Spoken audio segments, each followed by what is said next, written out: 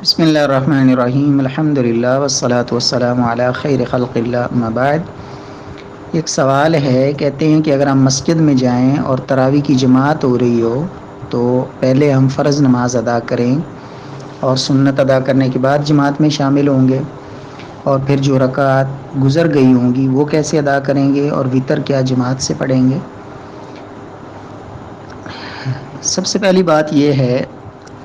کہ جب آپ مسجد میں پہنچیں اور تراویح کی نماز ہو رہی ہو تو آپ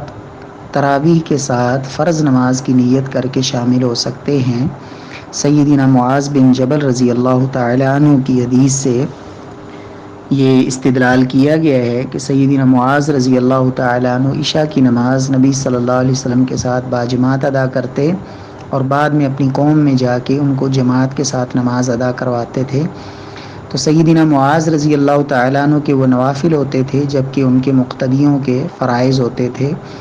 تو ایسا شرعاً درست ہے کہ امام نوافل ادا کر رہا ہو تو اس کے پیچھے فرائض پڑھے جا سکتے ہیں۔ تو آپ تراویح کے ساتھ شامل ہو کے اپنی فرض نماز ادا کریں، اور اس کے بعد جو 2 رکعت سنت ہیں ان کو مؤخر کر لیں، وہ آپ اس وقت نہ ادا کریں، اور تراویح کی جو نماز جاری ہے اس کے ساتھ شامل ہو کر آپ تراویح کی نماز مکمل کریں۔ امام اگر وتر پڑھا رہے ہیں تو آپ کو امام کے ساتھ وتر ادا کر لینے چاہیے، کیونکہ نبی کائنات صلی اللہ علیہ وسلم کا فرمان ہے کہ من قام مع الامام حتی ینصرف کتب له قیام لیلہ، کہ جو امام کے ساتھ قیام کرتا ہے اتنی دیر یہاں تک کہ امام نماز سے پھر جائے،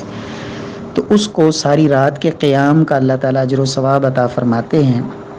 لہٰذا آپ کو امام کے ساتھ ہی وتر نماز ادا کر لینی چاہیے۔